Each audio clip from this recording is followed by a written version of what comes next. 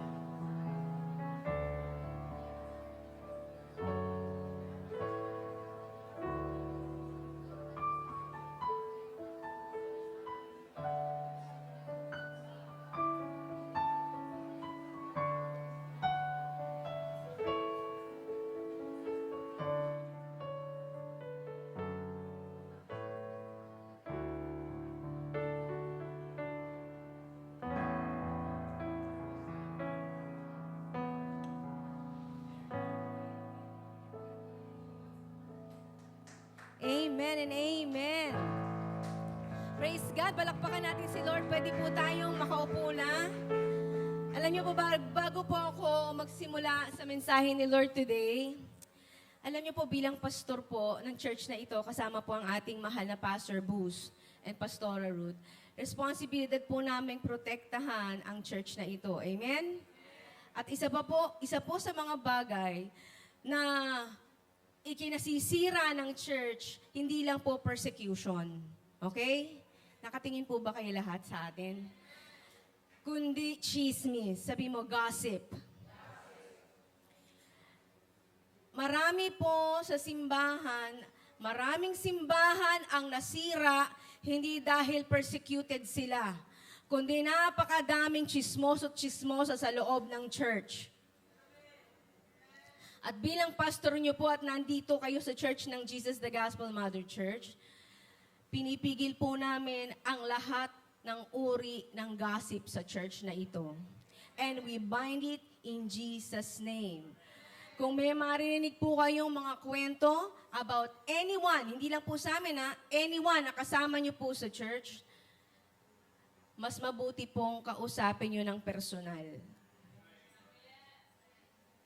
Tignan mo yung katabi mo, sabihin kung may problema ka sa akin, kausapin mo ako ng personal.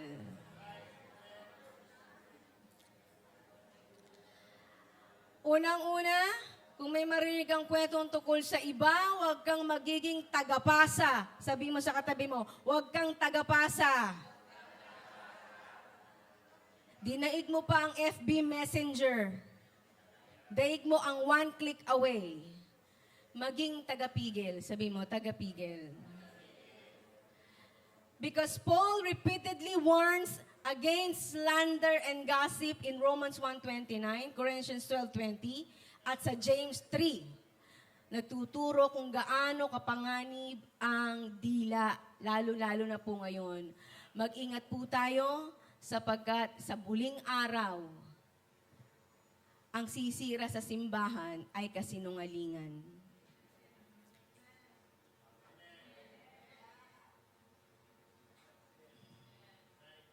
Amen. Praise the Lord. Hindi po yun ang message ko. Introduction ko lang po yun. Kasi mahal po natin ang bawat isa. Sabi mo sa katabi mo, gusto ko hanggang rapture magkakasama tayo. Amen? Sinong gustong Jesus the Gospel Mother Church hanggang rapture, magkakasama tayo. Amen? Praise the Lord. Ngayon po, we'll start with the message. I'll go straight with the message. Amen? Pasensya na ho kayo kasi as a pastor, it's our job to protect this church.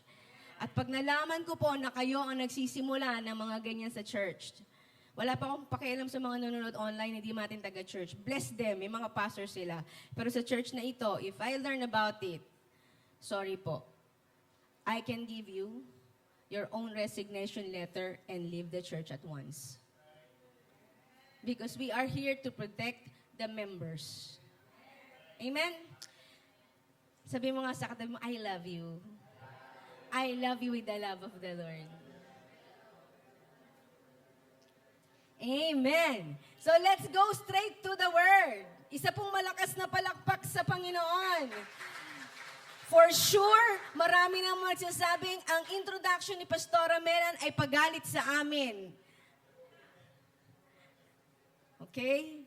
Ito pa sabihin ko sa inyo, another chismis na naman yan. Okay. Our message for today, let's open our Bible in John 5, 1 to 15. Alam niyo po, meron po akong isang honest question. Meron po ba dito na nag-antay na kayo ng napakatagal sa isang bagay? At sa kakaantay nyo, eventually, nawalan na lang kayo ng pag-asa? Meron? Maybe you prayed for healing, you prayed for a person, pinag-pray mo yung marriage mo for a very long time. You prayed for a financial breakthrough for a long time. At first, sa unang-una, nagpe-pray ka, tapos meron pang kasamang pag-iyak, pagluhod, dumating ang buwan, hindi pa rin sinasagot ng Diyos, dumating ang taon, ganun pa rin, hanggang na-stop ka na lang, tumigil ka na lang, hindi ka na lang nag-expect. You still prayed, pero in your heart, merong nag-whisper at sinasabi mong, maybe ito na lang talaga yung flow ng buhay ko. Meron ba ganyan? Alam niyo, meron po ako nakausap na isang friend na siya po ay merong pinagdadaan ng matinding pagsubok. Ang sabi ko sa kanya, kumusta ka na? Tumingin lang siya sa akin at sabi niya, Pastora, wag po kayo mag-alala, sanay na po ako.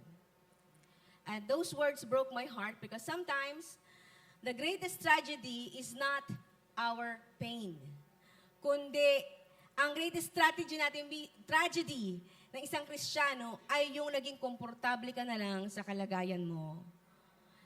And some people don't just carry pain, baliktad na po. Yung pain na po ang kumakarga sa kanila. And church, meron po tayo makikilala sa Bible na katulad po niyan, he had lived a life ng paasa for the next 38 years. Sabi mo, 38 years. Ibig sabihin, mahigit 4 na dekada. Halos 4 na dekada na siya ay umasa. Grabe. Sino rito may nililigawan? Pinaasa lang. Ouch. Mahigit pa doon. Grabe, 4 na 40 years, 38, 2 taon na lang. Pero bago natin basahin yung verse, in the Bible,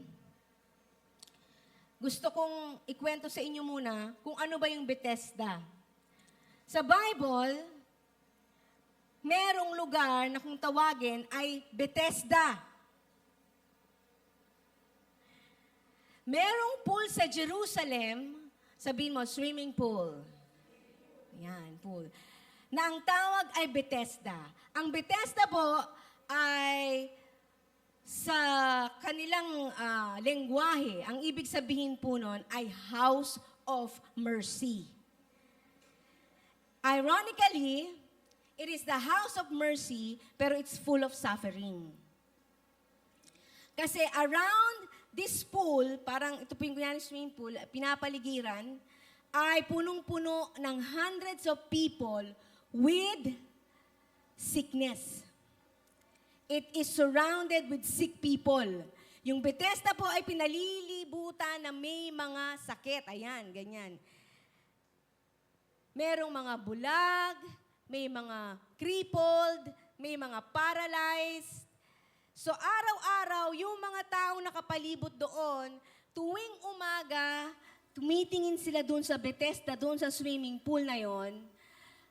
Umaga, tanghali, hapon hanggang gabi, inaantay nila sapagkat naniniwala sila na kapag yung tubig ay in-steer, may gumalaw. Ano ba sa Tagalog ng in-steer? Kinaukaw. At yung unang makakalapit sa pool ng Bethesda, pag may bumaba, sabi nila, pero hindi to theologically, napatunayan. Sabi nila, pag meron daw anghel na bumaba at kinaukaw yung tubig, paunahan sila. Paunahan sila na sila yung unang gagaling pag nauna silang hawakan yung Bethesda. Kasi iniisip nila, ang breakthrough nila ay nandoon sa water, nandoon sa Bethesda. So imagine, may sakit kayo, nag-uunahan kayo, inaabangan nyo na yung tubig ay may magkumaukaw, at yung unang makakalapit, makakahawak nun sa tubig, gagaling. Sa dami nyo. Di ba? Sa dami nung may mga sakit na yon, so maraming hindi gumagaling. So we will read in the Bible, pero before that, in a particular day, Jesus came to Bethesda. Jesus walked in sa Bethesda. At gusto kong malaman nyo na maaaring ngayong araw na ito, you came to church and you're looking for an answer, you're looking for connection, you're looking for promotion, you're looking for healing. When all along, what you're looking for, it's not something, but it is someone, and that is Jesus. That someone has a name, and his name is Jesus. Kasi people are waiting for the water. People always look for miracle, but our miracle is not in the water. Our miracle is Jesus. Basahin po natin. John 5, 1-15. Let's read it. Andyan po ba tayo? Amen. Let's read it. Sometime later, Jesus went up to Jerusalem for one of the Jewish festivals. Now there is in Jerusalem, near the sheep gate, a pool, which is Aramaic is called Bethesda, and which is surrounded by 5 covered colonnades or porch. Here a great number of disabled people used to lie, the blind, the lame, the paralyzed.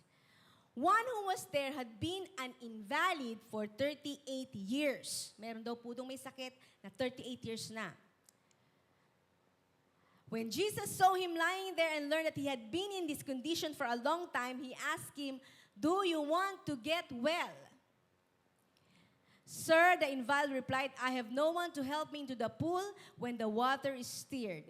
While I'm trying to get in, someone else goes down ahead of me."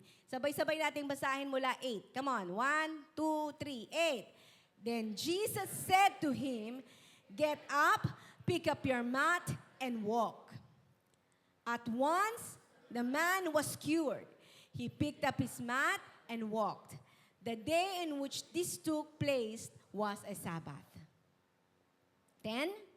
And so the Jewish leaders said to the man who had been healed, "It is the Sabbath.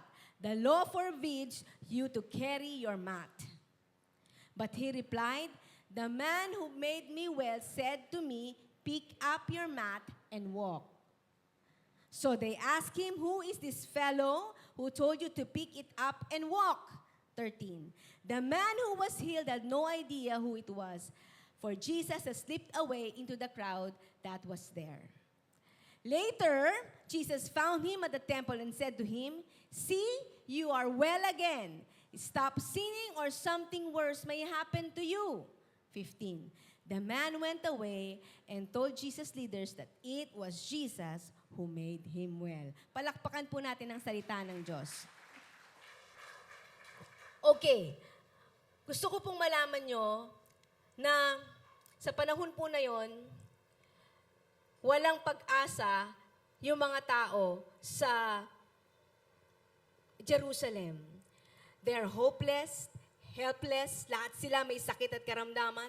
At ang inaasahan lang nila ay yung pool na yon na gumalaw at kung sinong mauna, yun ang gagaling. At itong lalaki na ito, 38 years. Sabi mo, 38 years. Imaginein mo, may nangako sa'yo, nagagaling ka, pero 38 years na hindi ka pa rin gumagaling. Di ba? Imagine that. At pag nakikita mo na yung konting pag-asa, may nauuna pa sa'yo. Kasi no one will help you. But you know what? On a particular day, Jesus came. Wow, sabi mo, Jesus came. Unang-una po, Jesus comes to the helpless. Alam niyo po ba, pag wala nang pwedeng tumulong sa'yo, meron pa rin isang makakatulong sa'yo. Amen? And that is Jesus. Jesus comes to the helpless. May isang lalaki po doon, 38 years. Imagine that. Meron na mga batang lumaki na, nagkaanak na, nagkaasawa na, may sakit pa rin siya. Yung mga na-meet niya, nagkaroon na rin ng mga apo siguro, pero for 38 years, yung lalaking yon ay nanatili sa kanyang mat. Ano ba yung mat? Sa kanyang banig.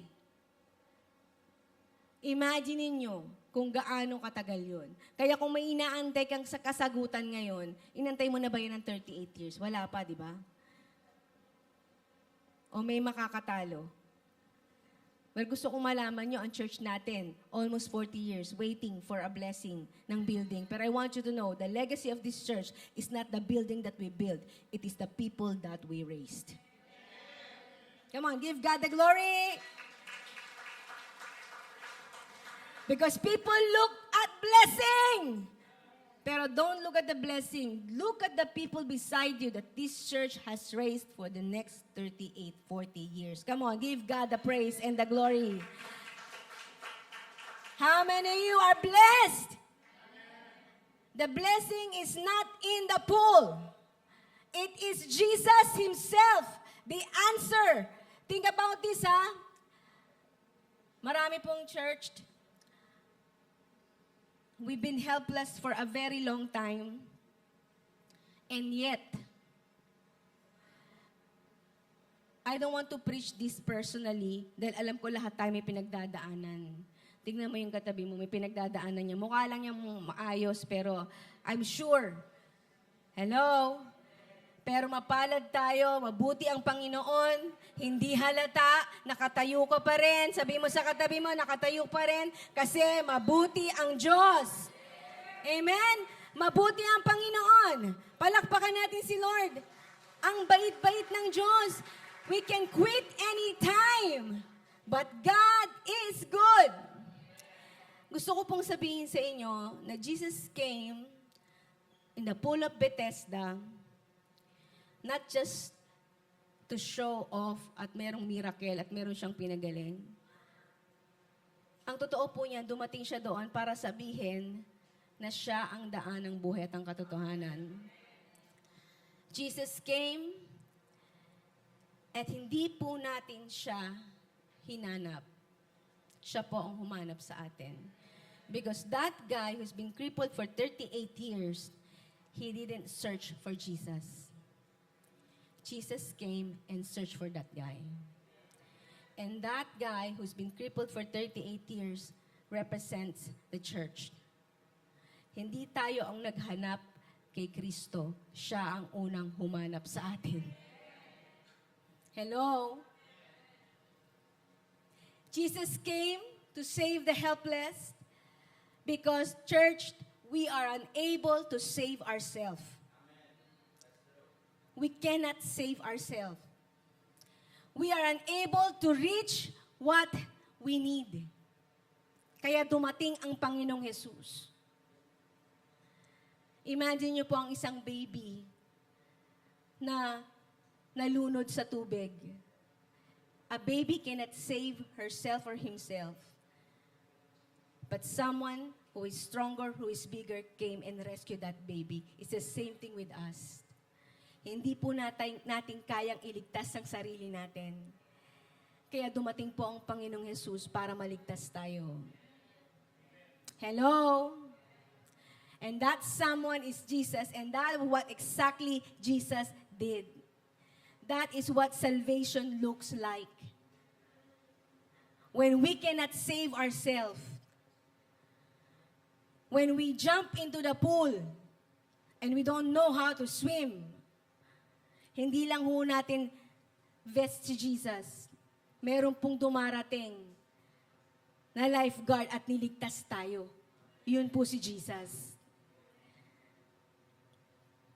Kaya, grace doesn't begin when you're looking for Jesus.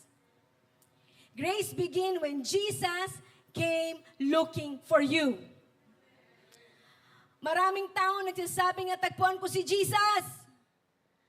Pero ang totoo nun, hindi natin siya natagpuan. Siya muna ang unang naghanap sa atin. At siya ang nakahanap sa atin at tatagpuan niya tayo. Bakit po? Para walang magmalaki at sabihin, akong unang naghanap sa Diyos. Hindi natin siya hinanap. Siya ang unang humanap sa atin. Hindi mo pwedeng sabihin, pinili ko ang Diyos. Hindi. Siya ang unang pumili sa atin. Kaya sabihin mo sa katabi mo, mapalad ka, narito ka. Tayo ang nawala, pero may mabuting pastol. Tayo ang nag-aantay ng matagal, pero may mabuting Diyos na naghanap sa atin. Akalain mo, maborn na ganyang katabi mo na yan, imposible. Impossible. Pero may mabuting Diyos. Tayo po ang tumatakbo palayo. Siya po ang humahabol sa atin ng may pag-ibig. Tayo po ang patay sa kasalanan. Pero siya po ang nagbibigay buhay. Kaya po ang kaligtasan ay hindi po tungkol sa atin. Hindi po ito tungkol sa atin na hinanap ko ang Diyos. Hindi mo hinanap ang Diyos. Hinanap ka ng Diyos kasi mahal ka ng Diyos. Amen? Ilan po ang natutuwa dyan? Isipin niyo po ang isang alibughang anak sa Bible in Lucas 15. Habang pauwi po ang anak, nakita siya ng ama malayo pa. At yung ama tumatakbo papunta dun sa anak. Matagal na po tayong inaantay ng Diyos. Amen? Tama po ba? Hindi po yung larawan ng isang anak na hinanap ang tatay. Yun po yung larawan ng anak na umalis. Pero pagbalik niya, andun pa rin ang tatay. Hello? Yung amang matagal nang naghihintay sa atin. Isipin niyo po, si Jesus. Hindi siya naghintay na mahanap natin siya. Kasi sabi sa Bible, for the Son of Man came to seek and save the lost. In Luke 19:10, hindi niya sinabing, I came to found. Sinabi, I came to be found. Ang sabi niya, I came to seek. Kaya ang testimony po natin is not, I finally found Jesus. Your testimony should be, Jesus refused to stop pursuing me until He found me. Magkaiba po yun. Magkaiba po yung testimony na tinatagpuan ko ang Diyos, iba yon. Natagpuan ako ni Kristo. So that crippled guy, for 38 years, umaasa siya na makuha niya, mahawakan niya yung pool of Bethesda. Iniisip niya, baka mauna ako, wala na akong pag-asa. Hirap na siya. Alam niyo, kahit anong effort natin, we cannot save ourselves. Pag umasa ka sa tao, mahirap. May mga tao, syempre, asahan mo, 1, 2, 3. Pag pang-4 na, tataguan ka na yan. Hello? Pero si God, Alam niya yung pangangailangan mo. Hindi mo pa hinihingi, alam na niya. Siya ang unang tumawag sa'yo. Siya ang unang naghanap sa'yo. Kaya kung meron man tayong papupurihan at dadakilain, walang iba kundi ang ating Panginoong Jesus. Palakpakan natin ang Diyos. And what changed the man's condition is because Jesus speaks the life-giving word. Jesus speaks to our greatest need. Alam niyo po, nung nakita ng Panginoong Jesus itong crippled guy na 38 years nang may kapansanan, ibig sabihin hindi siya makalakad, wala siyang kakayanan, may sakit siya. Ang sabi ng Panginoong Jesus sa kanya, "Do you want to be healed?" Alam niyo po, nakakatawa po itong tanong na ito. Kasi, biro mo, 38 years na nga siya nasa Bethesda. Tinanong ka, pag gusto mong gumaling, parang, abay, oo naman, hello. Diba? Pero nung lumapit ang Panginoong Yesus sa kanya, ang tanong sa kanya, do you want to be healed? Pero alam niyo po, ang sagot po nung lalaki, carefully binasa natin kanina, the man never answers yes. Instead, ang sabi niya, nagdahilan agad siya. Sabi niya, I have no one. Ang sagot niya kaagad is full of disappointment. Ang dami niya agad excuses. Ang dami niya agad mga bigong mga pangyayari sa buhay niya, failed expectations. Sabi niya, 38 years of hopelessness. Yung kaagad ang sagot niya, hindi niya sinagot yung tanong ni Jesus, do you wanna get healed? Ang sabi niya, alam niyo po kasi, wala po akong magdadala sa akin doon. Alam niya, church, our greatest sometimes problem is that our disappointment become our language. We always rehearse our pain more than the promises of Jesus in our lives. Na minsan, kadalasan, ang lumalabas sa bibig natin ay puro na lang pain, sakit, paghihirap, more than faith. We don't speak faith anymore.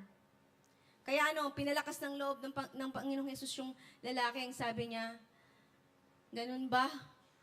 Rise, take up your mat, and walk. Kung iisipin niyo po, Jesus never touched the water.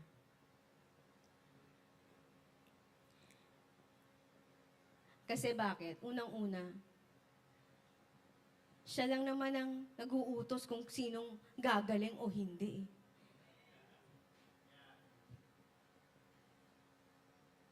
Because the power was never in the pool of Bethesda. The power is always come from Jesus Himself. The power was always Christ. Amen? Kaya yung araw na yon, His Word accomplished the 38 years na pag-iintay ng lalaking yon sa pool of Bethesda. His Word solved the problem of that guy for 38 years. Bakit po? Kasi ang problema po ng tao na ngayon, we don't need better advice. We need a life-giving word.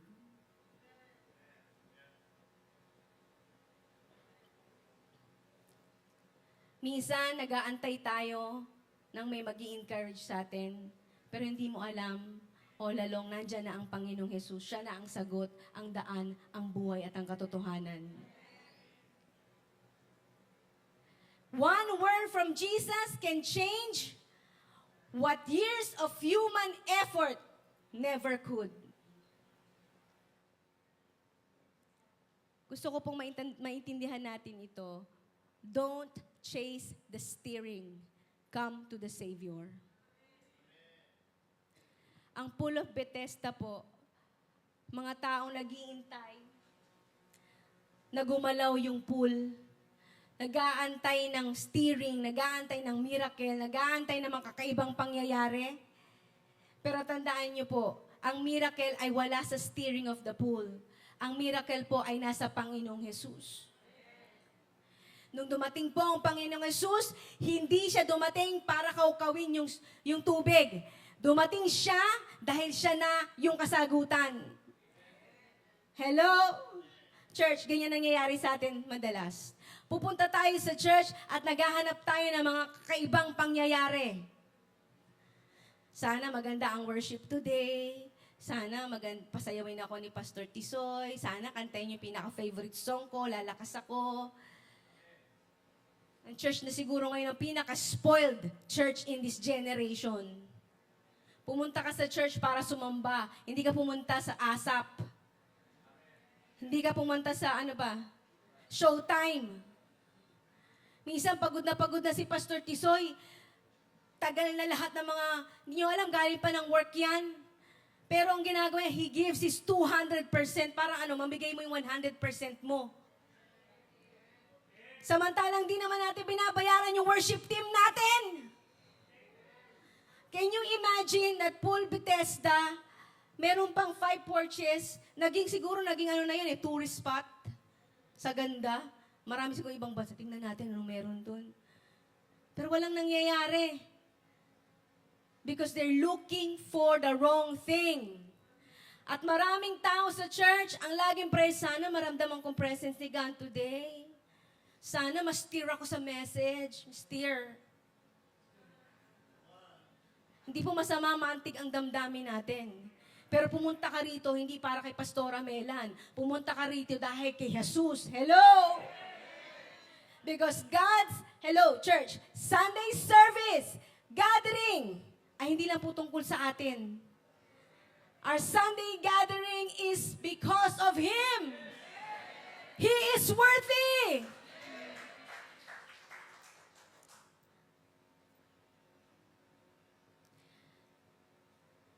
Gusto natin lagi may miracle. Hindi ako na-touch sa message. Hindi ako na-touch sa message. Mas gusto ko pag si pastor ang nag-preach ganyan. It's never been about you. Pumunta tayo sa Sunday sa church, nagbihis ka, wag mong sayangin. Harapin mo ang hari ng mga hari, ang Diyos ng mga Diyos. Sumayaw ka, hindi dahil pinasasayaw ka.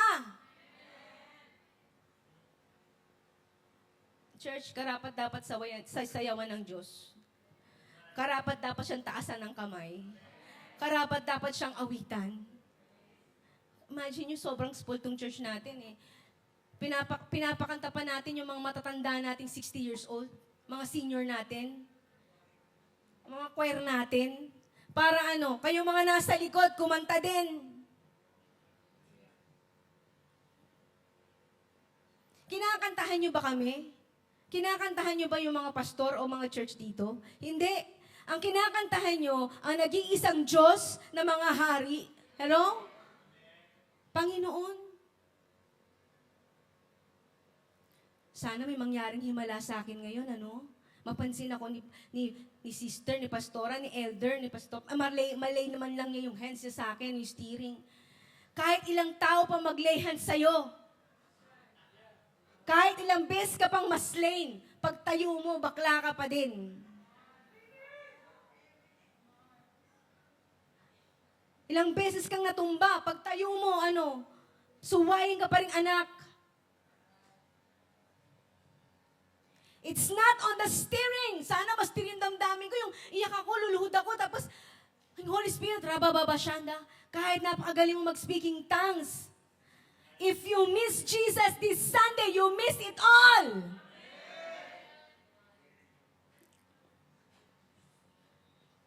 Hindi mahalaga kung may kuryente tayo o wala. Ang mahalaga, matagpuan ka ni Jesus ngayong araw na to. At kahit nasa sulok ka, walang pumapansin sa'yo. Kahit nasa sulok ka at hindi ka nalalapitan, nalalehans ng mga leaders, it doesn't matter. Today you came here, Lord. Come and see me. Ang mahalaga, dumating si Jesus. Church, ang mahalaga, makita ka niya. Sometimes we evaluate our Sunday service this way. Grabe ang worship. O kaya naman, walang anointing Minsan naman, hindi ako na-bless. Kung alam lang ni Pastora, ang dami ko narinig sa kanya. Notice the language. Laging ako. I felt it, I received it, I experienced it. Tandaan nyo, worship in the Bible has never been about us. It's always Christ-centered. When you go to church, tanggalin nyo na, ibahin nyo na yung language nyo. When you leave this church, huwag yung paglabas nyo, what did I felt? Ano ba yung naramdaman ko? Paglabas nyo dito, ang laging tatanungin sa sarili nyo, God, are you glorified? Hindi, Lord, naramdaman ba kita? Wow. Hindi, Lord. Are you exalted today? Was Jesus exalted in my life today?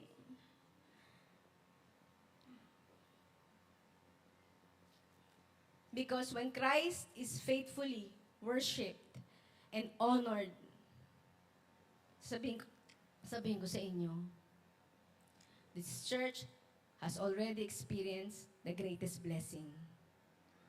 Kahit walang miracle, kahit walang mga pampagana ng emotion, if Jesus is glorified in this place every time we gather, then that's the greatest blessing. Amen? Hindi po tayo nag-gather every Sunday kasi we want to be moved. We gathered every Sunday because Christ is worthy. We don't worship to chase a feeling.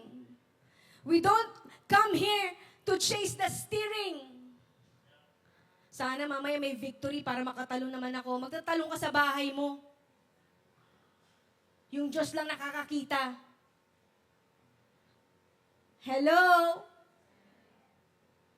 You know why?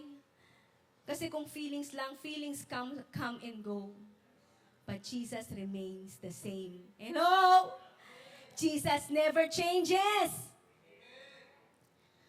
Kaya, kung nandito tayo ngayon, para intayin natin na may revival dito sa unahan. Paano kung wala? Paano kung walang altar call? Ay, nakaka-bless, walang altar call nang naglihan sa akin. Dati, nung panahon namin, pag altar ko talaga tulo uhog, tulusipon. Paano kung hindi?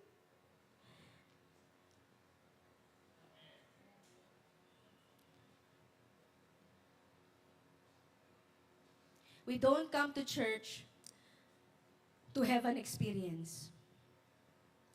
We come to church to behold Christ.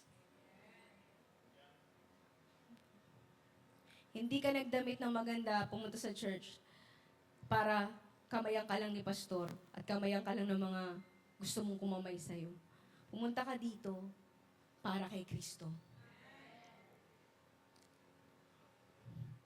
Because the more you focus your eyes on Christ, the more genuine worship Sunday you'll have. Hello? Kasi, alam niyo bakit? Ganito talaga yung eksaktong nangyayari sa Bethesda. Ang mga tao nakatingin lang sa miracle, nakatingin sa paggalaw ng tubig.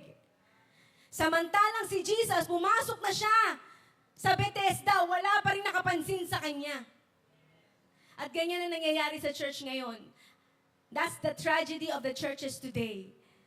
They keep looking for miracles, signs, and wonders. That they miss Jesus.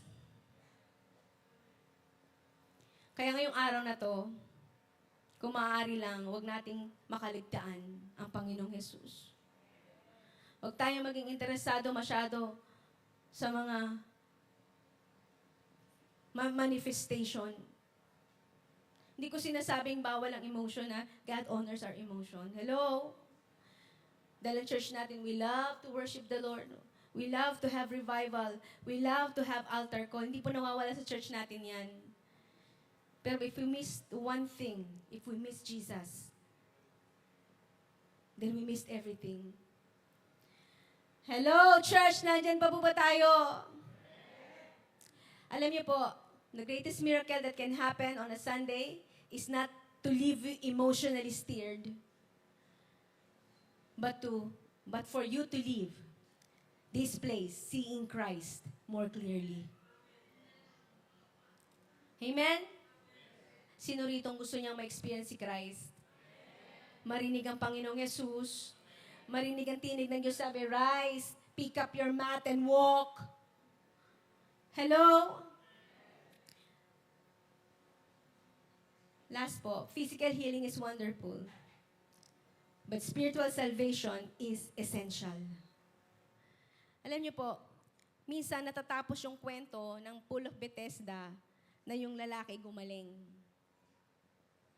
Pero hindi po natatapos yung kwento ng Pool of Bethesda na gumaling lang yung lalaki. In John 5:14, later, Jesus found him at the temple and said to him, see, you are well again. Stop sinning or something worse may happen to you. Alam niyo po, the saddest part of the story, church, ay sa John chapter 5, hindi po yung 38 years nag-antay yung lalaki. Hindi po yun ang pinakamalungkot na kwento. Ang pinakamalungkot pong kwento is pagkatapos niyang mapagaling. Nakita uli siya ni Jesus sa temple. At hindi sinabi ni Jesus na, congratulations, meron ka na mga paa. Congratulations, nakakalakad ka na. Now, live your best life. Wow, naman. Pero ang unang sinabi ni Jesus, see, magaling ka na. Sin no more. Sin no more. That nothing worse may happen to you. Bakit po sinabi ng Panginoong Hesus yun? Dahil alam ng Panginoong Hesus na may mga bagay na mas madalas nating nakakalimutan. There is something more worse than a crippled body. It is unrepentant soul. A broken body can only affect this life, pero ang hindi tumalikod sa kasalanan at mali, merong eternal consequences. Kaya Jesus was telling the man, don't make your healing your greatest treasure. Make holiness your greatest pursuit. Hello, church. Hindi po tayo natin nakilala ang Panginoong Hesus para lang tayo maging blessed. Para lang magkaroon tayo ng kayamanan, yumaman, maging famous. Hello? Hindi po tayo pumupunta sa church para magkaroon ng mga answered prayers. Wala pong masama doon.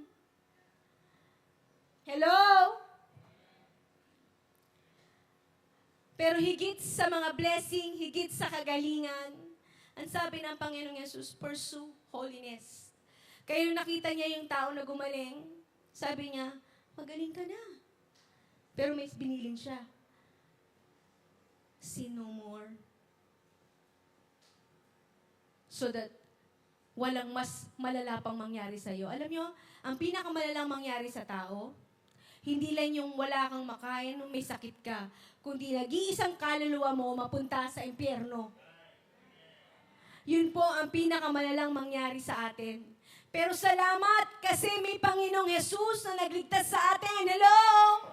May mabuting Diyos na ayaw niya tayong mapahamak. Alam niyo, nung marinig yun, nung pinagaling, yung crippled guy, nung marinig niya yun, lalo pang lumala. Sinabi niya pa kung sino nagpagaling sa kanya, bawal na bawal kasi Sabbath day. At dun po nagsimula ang pag-uusig kay Jesus. Hello? Hindi naman sinabi ni John na parang binitray nung guy si Jesus. Pero, he reported Jesus to the Jewish leaders. And because of that, parang binigay niya si Jesus at sinabi niyang, ito yung ginawa ni Jesus. Hello? Alam niyo yung kwento dyan, hindi naman sinabi na yung lalaking yon after pagalingin, nag-serve sa Lord eh. Wala rin sa kwento na after pagalingin yung lalaking yun ay naging disipulo ni God. Pero sinabi doon na after siyang pagalingin, sinumbong niya si Jesus sa mga Jewish leader. At maraming Christian ng ganyan. After ma-receive ang blessing kay God, after pagalingin ng Panginoon, yun lang ang hinanap sa Panginoon. Pero yung pagiging banal, pagiging maayos ang buhay, lumakad na nasa katwiran, wala. Basta Lord, makatapos ako pag-aaral Basta Lord, ayusin mo yung family ko Basta Lord, puro na lang ganun, blessing, healing. Pero pag sinabi Lord, ayan, bless ka na. O yan, meron ka ng trabaho. Ayan, meron ka ng blessing. Ano naman ngayon? Iwanan mo na yung mga mali. Iwanan mo na yung mga kasalanan. Ayaw natin. Come on, church. You know, the tragedy about that guy, he received the miracle, but we never read that he became a disciple. He experienced Christ's miracle power, but there's no evidence that he surrendered his life to Christ. And church, that is even possible today. You can still come for Jesus for miracle and healing, but still miss Him. You can receive the blessing from the Lord. Alam mo, ilan bang tao sa buong mundo ang naikinabang sa ating Diyos? Libre ang araw, libre ang hangin, di ba? Wala nagpapasalamat. Pero higit doon, tayo mga Kristiyano, nakilala natin ang Panginoon. Dating magulo ang buhay natin, inayos ni Lord. Pero hanggang doon lang. But bowing to God in His authority, wala. And that's what happened to church today. You can love His gift, but not love the giver. We love His blessings, but not honor the blesser. Kaya ang sabi ng Panginoong Yesus, oh, blessed ka na. Born again ka na pala ngayon. Hello, sabi mo sa katabi mo, born again ka na pala. Christian ka na pala. Wow, imposible. Pero may kasunod yun. Ang sabi ni Lord, sin no more. Pursue holiness. Hello, church. Mahirap pong maging Kristiyano. Kaya kung dumadanas ka ng pagtutuwid ngayon, part yan ng pagiging Christian. Minsan nakala natin na pagiging Christian lang is happy-happy na. No. Christianity is hard. It's not easy. It's impossible. Pero kahit impossible ang pagiging Kristiyano, nakakayanan natin because it's not by might nor by power. Amen? It is Christ who lives in me that strengthens me. I can do all things through Christ. Hello? Tama ba? Mahirap maging, hirap po magpakabuti. Alam mo, hindi ko nakilala si Christ. Baka po, Diyos ko, dami ko na pong nasabunutan. Hirap po talaga. Kung pwede lang, yung mga taong ayoko nang makita, hindi ko nga talaga gustong makita. Pero buti na lang nga dyan si Kristo. Sabi nga ni Apostol Pablo yung gusto kong gawin, hindi ko magawa. Yung ayaw kong gawin, siya kong nagagawa. Ano to, kasalanan, kahinaan niya, pero salamat kay Kristo. Dahil sa biyaya niya, alam yung sabihin nun, ang hirap intindihan, dahil sa biyaya niya, yung grace, kung ako nga kinahabagan ng Diyos, makasalanan ako, sino ako para hindi mahabag sa kapwa ko? Kung ako nga, pinatawad ng Diyos, sino ako para hindi magpatawad sa kapwa ko? The deeper you understand the grace of God, alam niyo yung mga taong nakaranas ng napakalalim na grace ni Lord, napaka-graceful din. Grabe din sila magpasalamat. Kasi naintindihan nila yung grace ni God. Pero pag hindi mo naramdaman, hindi mo talaga na-experience yung grace ni Lord, judgmental ka, madali kang magalit, madali kang maghusga sa kapwa, kasama na rin dyan yung chismosa ka. Kaya pag may narinig kayo nga, sabi mo, kapatid, kailangan mong grace ni Lord. Kailangan mong grace ni God. Amen?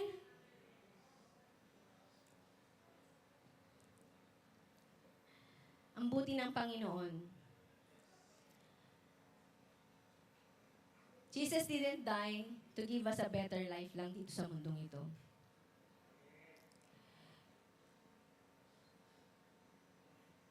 Jesus didn't die for the cross para magkaroon ka lang ng magandang sasakyan. Jesus didn't die on the cross so that you can buy your dream house. Namatay ang Diyos sa krus ng Kalbaryo kasi papunta kang impyerno. We have to remind ourselves every day that kahit mabuhay pa tayo ng 150 years, may eternal life na nag-aantay sa atin. At ayaw ng Panginoong Yesus na yung buhay mo pagkatapos ng buhay dito ay mapunta ka sa impyerno. Sabi mo sa kapatid mo, may impyerno. At ang hirap sa mga churches ngayon, they don't speak about hell anymore. And I want you to know that hell is true.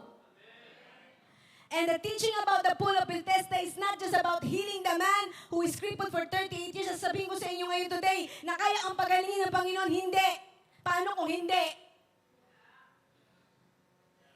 Pumunta ang Panginoong Yesus sa Bethesda para sabihin siya ang daan ng buhay at ang katotohanan. Sinabi niya na I can heal you today, but more than that, I am your eternal Savior. Physical healing is wonderful, pero sabi niya, I came to heal and save your soul. Kaya kapatid, whether you like it or not, Jesus the Gospel Church, whether you like it or not, you need Jesus. Hindi mo pwedeng sabihin, maganda na ang buhay ko. Bayad ng bahay namin. May nasakyan na ako. Mahal na mahal ako ng asawa ko. Mahal na mahal ako ng After you die, saan ka? Whether you're poor or rich, you need Jesus. Kaya dumating ang Panginoong Yesus kasi kapatid, kahit mabuhay ka ng 1,000 years, hindi na mo si Metusela. May eternal life after you die. Pero ang tao ngayon, pag pumunta ka sa sementeryo, may namamatay ng 6 months, 8 months, 12 years old, 33, 60. Hindi mo hawak ang buhay mo, kapatid. Hindi mo alam kung kailan ka kukunin ng Diyos at aanhin mo ang lahat ng mga... Sabi nga ng mami ko sige, nak, lahat ng ari-arian ko sa inyo nasa rapture ha. May iwan ko sa iyo ha. Gusto mo yun? After ng rapture, dito ko maiwan ka sa iyo na lahat ng ari-arian. No! Church, there is life after death. Tuwing gigising ka ng umaga, magpasalamat ka sa Lord, buhay ka pa. Binibigyan ka ng chance ni God na isurrender mo ang buhay mo sa Kanya. Kasi whether we like it or not, Jesus is needed.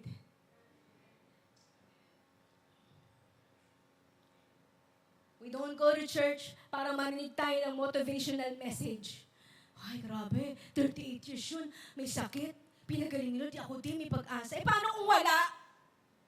Paano kung katulad ka ni Pablo, ilang beses niyang pinanalangin yung sakit niya, hindi pinagaling ni Lord? Pero sabi niya, Lord, thank you sabi niya. Because in my weakness, you are my strength. Paano kung katulad ka ni Timothy? Sino pa yung isa, yung I forgot his name, pero iniwan ni Pablo yun, kasi may sakit. O, diyan ka na lang. Paano kung di ka bigyan ni Lord ng magandang bahay? Sige, magkaroon ka ng magandang bahay dito. Pero sa langit, wala kang, sa mansion, wala kang room.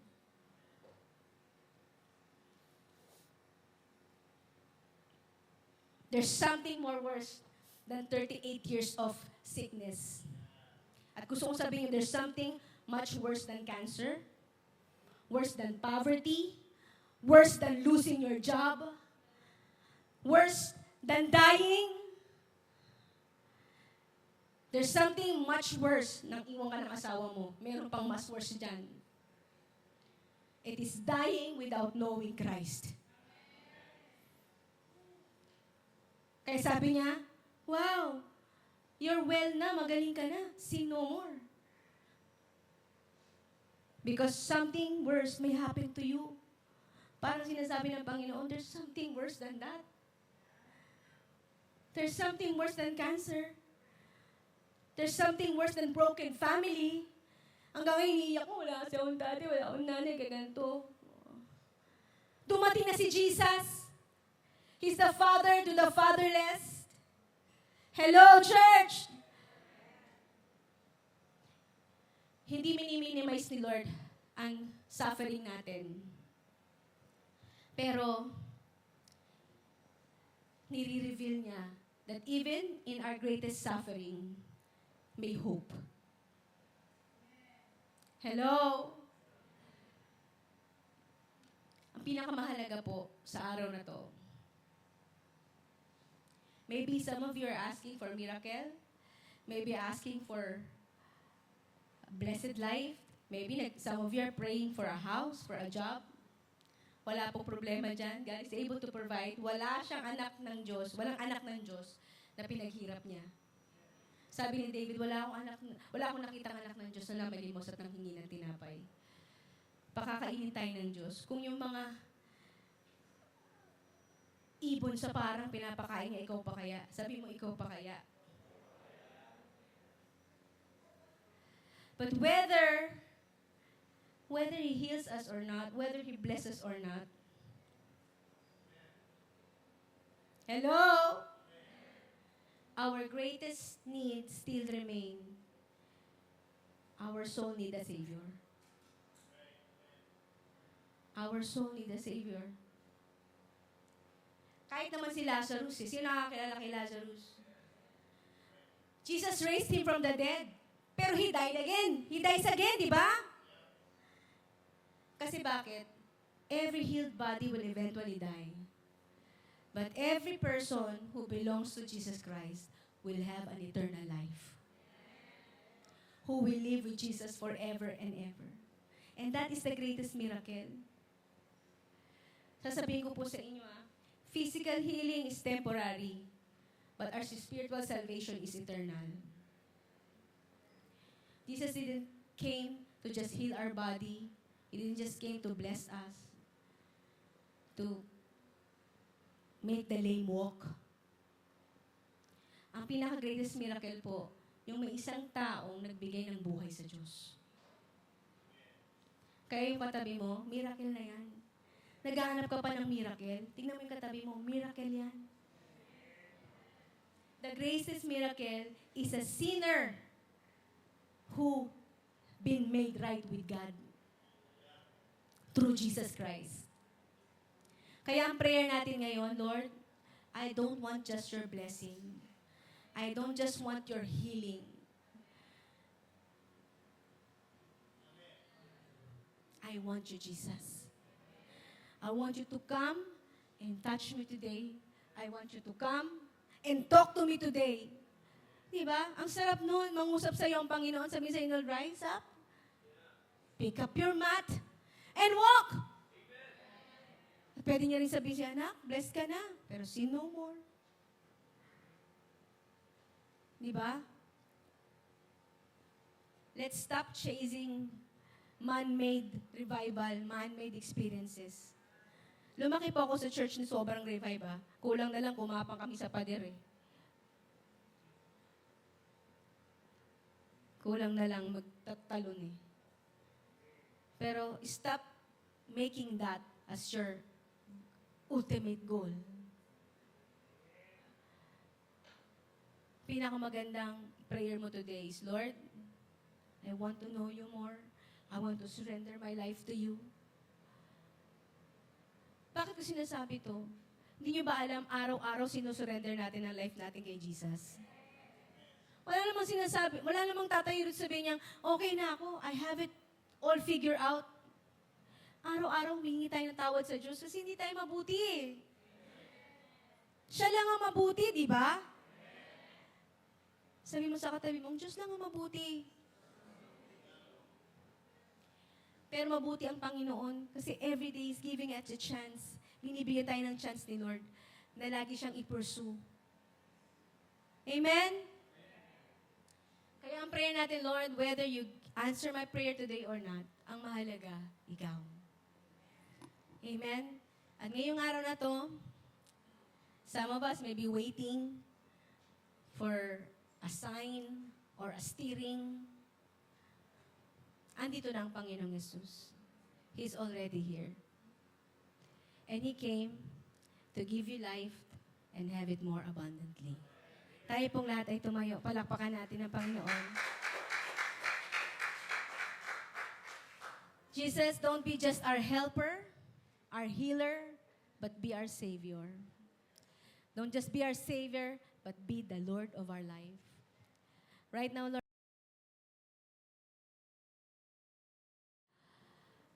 some of us are sick in our body.